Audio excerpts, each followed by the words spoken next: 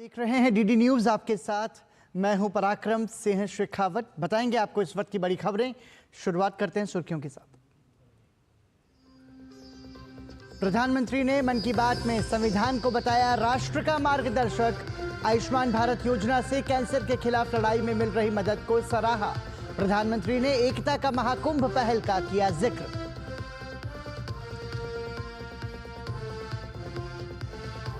दिव्य भव्य महाकुंभ की जोरदार तैयारियां, श्रद्धालुओं की सुविधा से लेकर सुरक्षा तक अभूतपूर्व व्यवस्थाएं। उत्तर प्रदेश मुख्यमंत्री योगी आदित्यनाथ ने राष्ट्रपति से मिलकर सौंपा न्योता।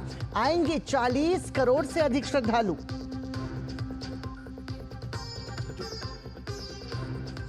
दिल्ली में अवैध रूप से रह रहे बांग्लादेशियों पर कसा शिकंजा। पुलिस ने 15 और अवैध प्रवासियों को दबोचा, वापस भेजा गया बांग्लादेश। वहीं अवैध वोटरों को लेकर भाजपा का केजरीवाल पर निशाना।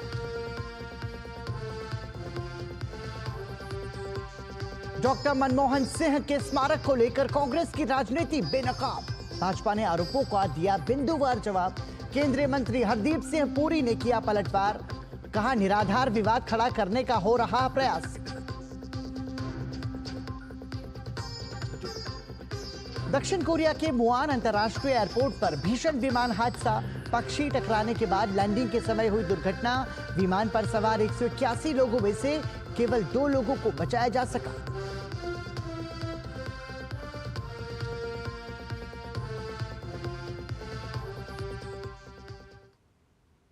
और प्रधानमंत्री नरेंद्र मोदी ने मन की बात कार्यक्रम में राष्ट्र को संबोधित करते हुए कहा कि संविधान समय की हर कसौटी पर खरा उतरा है।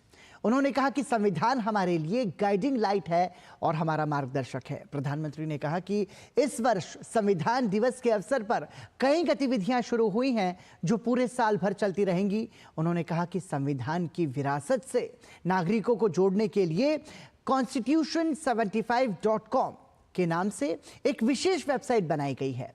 लोग संविधान की प्रस्तावना पढ़ सकते हैं और वेबसाइट पर अपना वीडियो भी अपलोड कर सकते हैं। 2025 में 26 जनवरी को हमारे संविधान को लागू हुए 75 वर्ष होने जा रहे हैं। हम सभी के लिए बहुत गौरव की बात है। हमारे संविधान निर्माताओं ने हमें जो संविधान सौंपा है वो समय की हर कसौटी पर खरा उतरा है। संविधान हमारे लिए गाइडिंग लाइट है, हमारा मार्गदर्शक है। ये भारत का संविधान ही है जिसकी वजह से मैं आज यहाँ हूँ, आपसे बात कर पा रहा हूँ।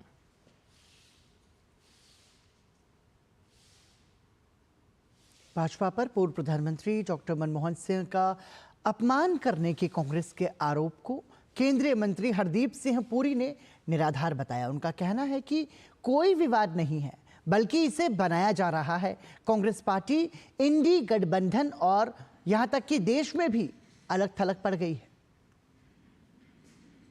ये कंट्रोवर्सी बनाई जा रही है। कंट्रोवर्सी को क्रिएट करने की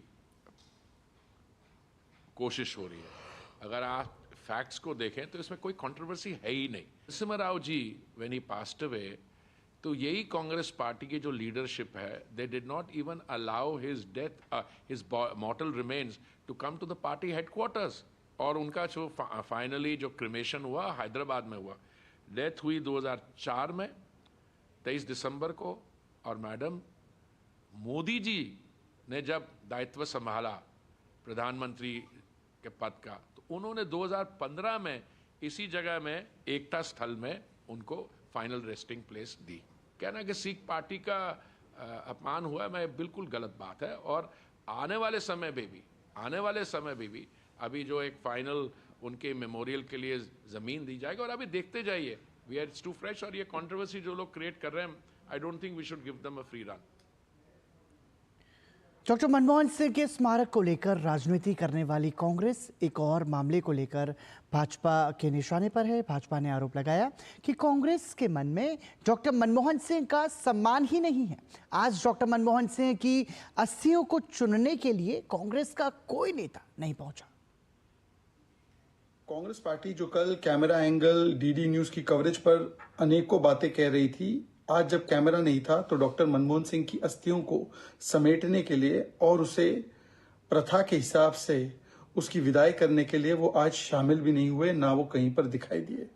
मनजिंदर सिरसा जी और भाजपा के नेता गए। कांग्रेस ने तो जीते जी भी मनमोहन सिंह जी का अपमान किया। ऑर्डिनेंस किसने फाड़ा? फेयरवेल में कौन नहीं गया? एनएसी किसने बनाया? पैरेलल सरकार कौन चलाता था? इतना प्रताड़ित किया डॉक्टर सिंह को कि वो तो रेजिग्नेशन देने के लिए भी तैयार थे।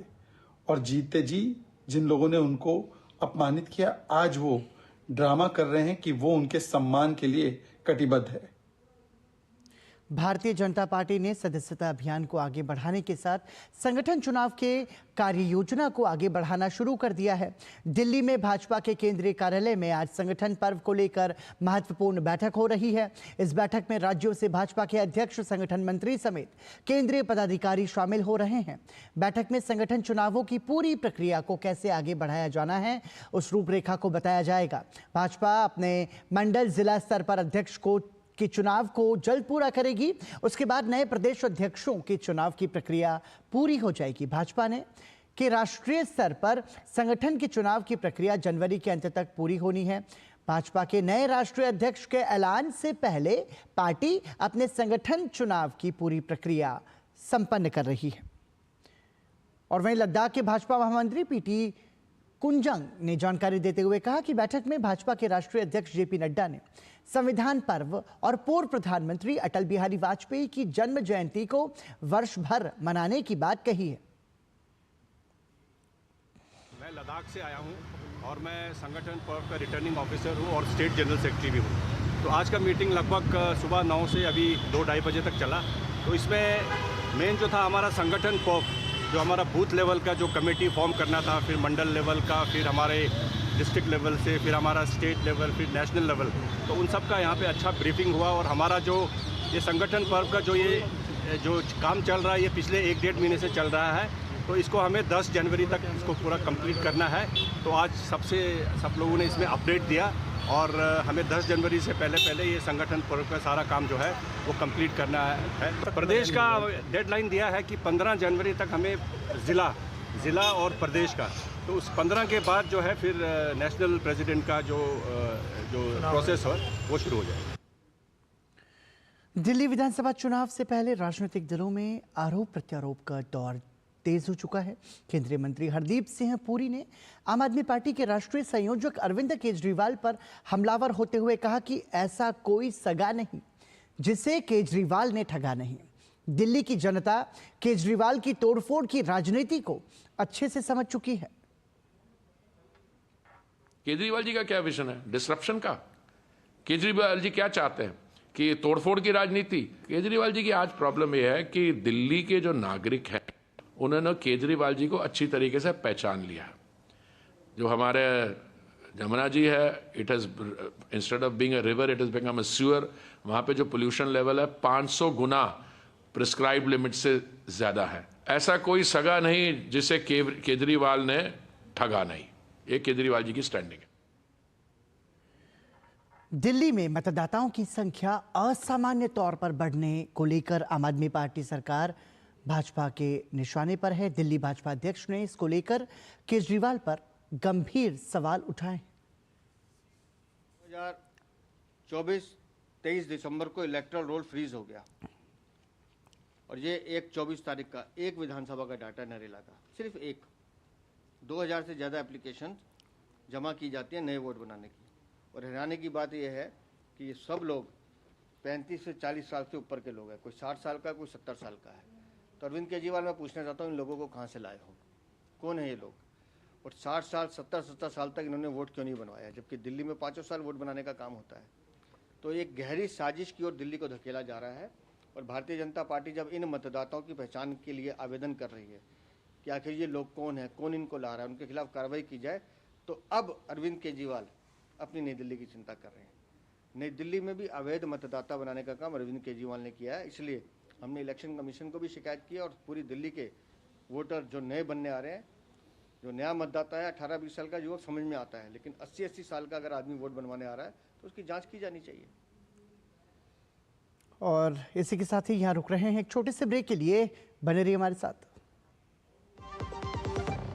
आज सुनो, खाने में कोई स्वाद नहीं है। अरे किफायती लाल सस्ते वाले दाल मसाले स्वाद हुआ बेकार, एकदम बकवास। इधर कीमती लाल को देखो खाना बना कमाल, MDH की हल्दी मिर्ची धनिया करे कमाल। ये रंग दे, ये खुशबू दे, ये तीखा, ये कम पड़े। समझे किफायती लाल, क्या निराला MDH मसाला।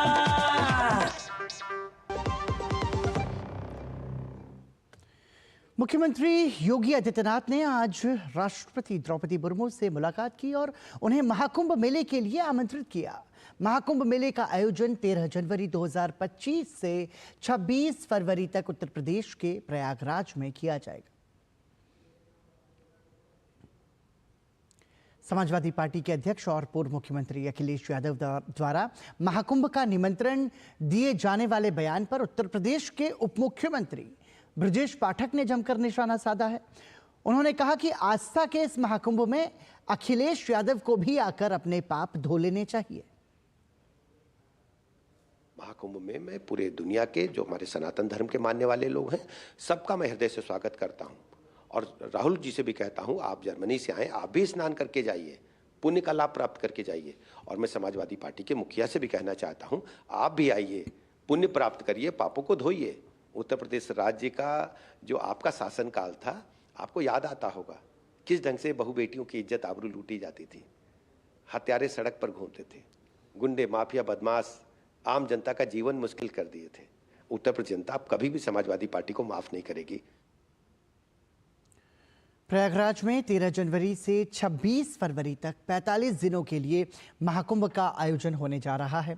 दुनिया भर से 40 करोड़ से अधिक भक्तों की मेजबानी करने की उम्मीद है। ये 45 दिवसीय उत्सव 13 जनवरी से 26 फरवरी तक भारत की समृद्ध सांस्कृतिक विरासत और आध्यात्मिक परंपराओं को प्रदर्शित करेगा। महाकुंभ नगर को हजारों टेंट और आश्रयों के साथ एक अस्थायी शहर में बदला जा रहा है, जिसमें IRCTC के महाकुंभ ग्राम, लग्जरी टेंट सिटी जैसे सुपर डिलक्स आवास शामिल हैं, जो आधुनिक सुविधाओं के साथ डिलक्स टेंट और विला प्रदान करता है। वहीं 92 सड़कों का नवीनीकरण और 17 प्रमुख सड़कों का सौंदर्यीकरण पूरा होने के करीब है। इसके अलावा पर्यटकों के मार्गदर्शन के लिए कुल 800 बहुभाषा संकेत लगाए जा रहे हैं। वहीं इस कार्यक्रम के लिए सुरक्षा व्यवस्था की कड़ी की गई है। अर्धसैनिक बलों सहित 50,000 से अधिक कर्मी मौजूद रहेंगे। वहीं प्रमुख स्थानों पर 340 से अधिक विशेषज्ञों के साथ AI की मदद से भीड़ की निगरानी और हवाई निगरानी के लिए हजारों CCTV कैमरे और ड्रोन की व्यवस्था की गई है। जबकि पहली बार 100 मीटर तक गोता लगाने में सक्षम अंडर वाटर ड्रोन संगम क्षेत्र में 24 घंटे निगरानी प्रदान करेंगे। 56 साइबर एक्सपर्ट की एक टीम ऑनलाइन खतरों की निगरानी करेगी। सभी पुलिस स्टेशनों में साइबर हेल्प डेस्क की स्थापना की जा रही है। साथ ही सुरक्षा और आपदा तत्परता बढ़ाने के लिए अत्याधुनिक बहु आपदा प्रतिक्रिया वाहन तैनात किया गया है। यह प्राकृतिक आपदाओं से लेकर सड़क दुर्घटनाओं तक की स्थिति से निपटने में सक्षम है। इसके अलावा शल्य चिकित्सा और नैदानिक सुविधाओं से लैस अस्थायी अस्पतालों का भी निर्माण किया गया है। साथ ही भीष्म क्यूब की तैनाती भी की जा रही है, जिसमें एक साथ 200 लोगों का इलाज किया जा सकेगा। महाकुंभ के दौरान गंगा और यमुना नदियों में स्वच्छ पानी सुनिश्चित करने के लिए 3 अस्थायी सीवेज उपचार संयंत्र STP स्थापित किए जा रहे हैं।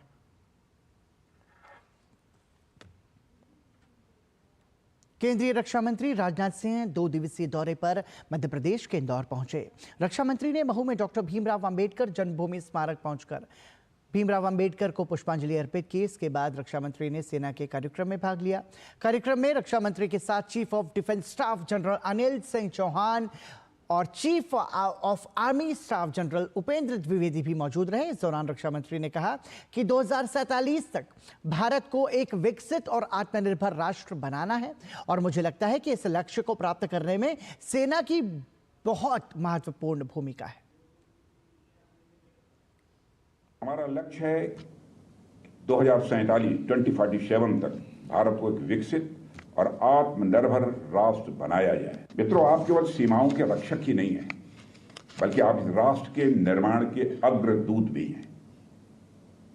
आपके नेतृत्व और बलिदान का प्रभाव न केवल सुरक्षा के क्षेत्र में बल्कि राष्ट्र निर्माण के हर पहलू में देखा जाता है। आपके युवा और मजबूत कंधों पर बहुत बड़ी जिम्मेदारी है। आपको एक तरफ तो हमारी सीमाओं का भार संभालना है और वहीं दूसरी तरफ विकसित भारत के निर्माण की नींव भी रखनी है। दिल्ली में अवैध बांग्लादेशी नागरिकों सहित अवैध प्रवासियों के सत्यापन के लिए दक्षिण पश्चिम जिले में अभियान चलाया गया। घर घर जाकर सत्यापन किया गया और लगभग 400 परिवारों की जांच की गई और उनके दस्तावेज जमा किए गए। दिल्ली पुलिस के मुताबिक अभियान के दौरान 15 बांग्लादेशी नागरिकों को पकड़ा गया। बांग्लादेश से 8 अवैध प्रवासियों को FRRO के माध्यम से बांग्लादेश भेजा गया है। वहीं दक्षिण दिल्ली से पकड़े गए 7 अन्य बांग्लादेशी नागरिकों को डिपोर्ट किया गया। ये कार्रवाई कई टीमों द्वारा मतदाता पहचान पत्र और आधार कार्ड सत्यापित करने और संदिग्ध प्रवासियों की पहचान करने के लिए झुग्गी झोपड़ियों और संदिग्ध क्षेत्रों का दौरा करने के बाद की गई। साउथ डिस्ट्रिक्ट दिल्ली पुलिस ने एक मुहिम चला रखी है, जैसे कि पूरी दिल्ली पुलिस में चल रही है, जिसके तहत इलीगल बांग्लादेशी माइग्रेंट्स पकड़े जा रहे हैं। हमारे जिले ने last week 5 illegal Bangladeshi migrants पकड़े थे। उसी केस में आगे काम करते हुए फर्दर इंटेलिजेंस डेवलप करने के बाद हम लोगों ने 7 नए बांग्लादेशी इलीगल इमिग्रेंट्स पकड़े हैं, जिसके अंदर 5 महिलाएं और 2 पुरुष हैं। इनके पास बांग्लादेशी आईडीज मिली हैं हमको। ये लोग कुछ लोग कंस्ट्रक्शन साइट पे काम करते थे, कुछ लोग ब्यूटी पार्लर में काम करने की तैयारी कर रहे थे और इनसे बांग्लादेशी आईडीज मिली हैं। इनको फर्दर वेरिफिकेशन के बाद डिपोर्ट कर दिया गया थ्रू FRRO। और फर्जी पासपोर्ट रैकेट पर पश्चिम बंगाल के ADG law and order Javed Shamim ने कहा कि पासपोर्ट एक ऐसी प्रक्रिया है जिसमें कई एजेंसियां शामिल होती हैं, इसलिए कोलकाता पुलिस पहले से ही पासपोर्ट को लेकर विस्तृत जांच कर रही है। पश्चिम बंगाल सरकार ने भी कुछ आदेशों में बदलाव के लिए लिखा है। जावेद शमीम ने कहा कि हम पहले से ही उस प्रक्रिया को लागू कर रहे हैं जहां सुरक्षा की अतिरिक्त परतें बढ़ाई जाएंगी ताकि प्रत्येक व्यक्ति का सत्यापन ठीक से हो सके। पश्चिम बंगाल पुलिस, कोलकाता पुलिस और केंद्रीय एजेंसियां हम सब मिलकर प्रयास कर रहे हैं कि सांप्रदायिक सद्भाव या किसी अन्य सुरक्षा मुद्दे पर कोई समझौता ना हो।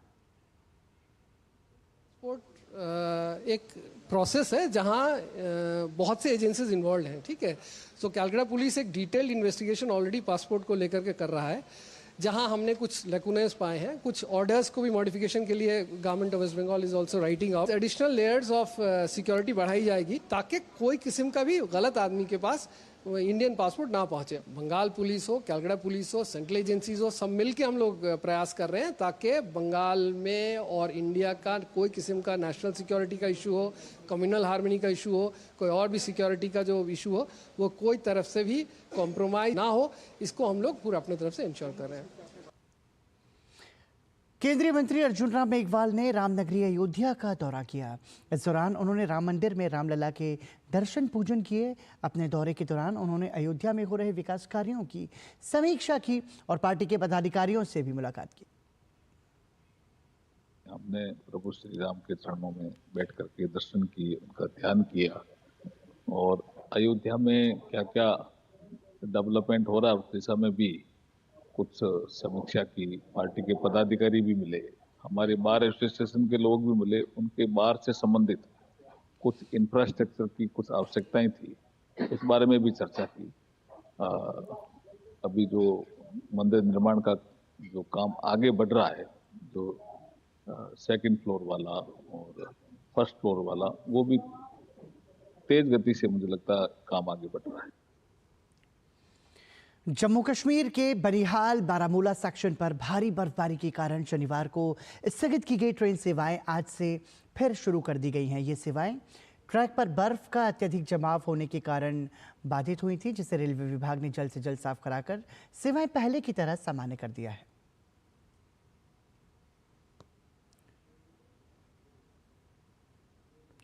और वहीं पहाड़ी क्षेत्रों में भारी बर्फबारी और मैदानी इलाकों में हुई बारिश के बाद ठंड के बढ़ने के आसार हैं। उत्तर पश्चिम और मध्य भारत के कई हिस्सों में तापमान 3 से 5 डिग्री सेल्सियस तक की गिरावट हो सकती है। तापमान में IMD के वैज्ञानिक डॉक्टर नरेश कुमार ने जानकारी देते हुए बताया कि तापमान में गिरावट के साथ अगले 2 दिनों तक पंजाब और हरियाणा में घने से बहुत घने कोहरे की संभावना है। Temperatures will gradually fall from today onwards. Basically, what is happening when WD approaches, temperature rises over the northwest India. Now, when it moves away from the northwest India, northwesterly wind comes from Himalayas towards the plains. Now, we are expecting temperature will fall gradually up to 3 to 5 degrees Celsius over many parts of northwest India and central India. And if you talk about, but still temperatures are very high, we are not expecting cold wave next 2 to 3 days, and thereafter it may occur some isolated pockets of Punjab, Haryana. However, we are expecting dense fog, even dense to very dense fog over Punjab, Haryana for next 2 days. Thereafter, wind is likely to strengthen further, so it will reduce significantly. Uttarakhand के उच्च हिमालयी क्षेत्रों में लगातार हो रही भारी बर्फबारी के बाद बद्रीनाथ धाम और केदारनाथ धाम बर्फ की चादर से ढक गए हैं। केदारनाथ धाम में 1.5 फीट तक बर्फ जम चुकी है, जिस कारण निचले क्षेत्रों में सुबह और रात के समय ठंड का प्रकोप अत्यधिक बढ़ गया है। कई दिनों की लगातार बर्फबारी के बाद आज केदारनाथ धाम में हल्की धूप खिली है, जिससे ठंड से थोड़ी राहत मिली है। वहीं उत्तराखंड के मौसम विज्ञान केंद्र ने कड़ाके की ठंड का येलो अलर्ट जारी किया है। यहाँ रुक रहे हैं एक छोटे से ब्रेक के लिए, बने रहिए हमारे साथ। अनुभव कीजिए शुद्ध MDH बादाम रोगन का प्यार। सेहत बनके रग-रग में दौड़े। त्वचा में समाए, हाइड्रेट करे, हर उम्र की त्वचा का पोषण करे। You deserve the purity. MDH बादाम रोगन, नेचुरल, टेंडर, प्योर। चमके, चमके। दक्षिण कोरिया के मुआन अंतर्राष्ट्रीय एयरपोर्ट पर हुए भीषण हवाई हादसे में 179 लोगों की मौत हो गई है। दुर्घटना इतनी खौफनाक थी कि विमान पर सवार 181 लोगों में से केवल 2 ही लोग बचाए जा सके। जानकारी के अनुसार जेजू एयरलाइंस के विमान से पक्षी टकराया, जिसके बाद उसकी आपात लैंडिंग हुई। लैंडिंग के समय विमान के पहिए नहीं खुले और लैंडिंग गियर संचालित नहीं हुए। विमान रनवे पर फिसलता हुआ दीवार से जा टकराया और भयानक आग धधक उठी। घटना के तुरंत बाद राहत और बचाव अभियान शुरू कर दिया गया, लेकिन केवल 2 लोग ही बचाए जा सके। ये दोनों चालक दल के सदस्य हैं। आग इतनी भीषण थी कि मृतकों की पहचान सुनिश्चित करने में दिक्कत आ रही है। इस बीच कोरिया एयरपोर्ट कॉरपोरेशन ने मुआन अंतर्राष्ट्रीय हवाई अड्डे से सभी उड़ानें रद्द कर दी। दुर्घटना की भेंट चढ़ने वालों में 2 थाई नागरिक भी शामिल हैं। राहत और बचाव कर्मियों ने मलबे से ब्लैक बॉक्स बरामद कर लिए हैं।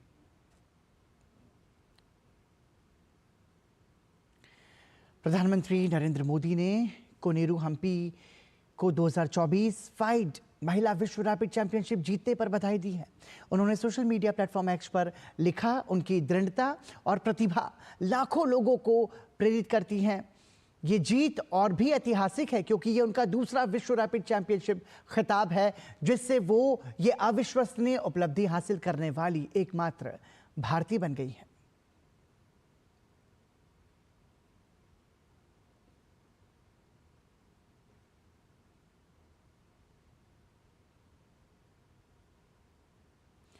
प्रधानमंत्री नरेंद्र मोदी ने मन की बात कार्यक्रम में बस्तर ओलंपिक का विशेष रूप से उल्लेख किया और इस बात को सामने रखा कि किस तरह से देश में पहली बार इस स्तर की प्रतियोगिताओं ने खेलकूद के माध्यम से नक्सली हिंसा को छोड़ने वालों को एक नया मंच दिया। ऐसा ही एक नाम सुकमा जिले के अंतर्गत दोरनापाल के गांव पालेमपाट निवासी पुनेम सन्ना का भी रहा, जिन्होंने व्हीलचेयर में दौड़ लगाई। 22 साल की उम्र में सन 2000 में वो नक्सलियों के संपर्क में आए थे, लेकिन छत्तीसगढ़ सरकार की समर्पण नीति से प्रभावित होकर 2012 में समर्पण कर मुख्य धारा में जुड़ गए। 2013 में डीआरजी में आरक्षक के रूप में नियुक्त हुए और एक नक्सली हमले में अपना एक पैर गंवा बैठे। हालांकि उनका इरादा नहीं टूटा और उन्होंने बस्तर ओलंपिक में भाग लेकर अपने आप को साबित किया।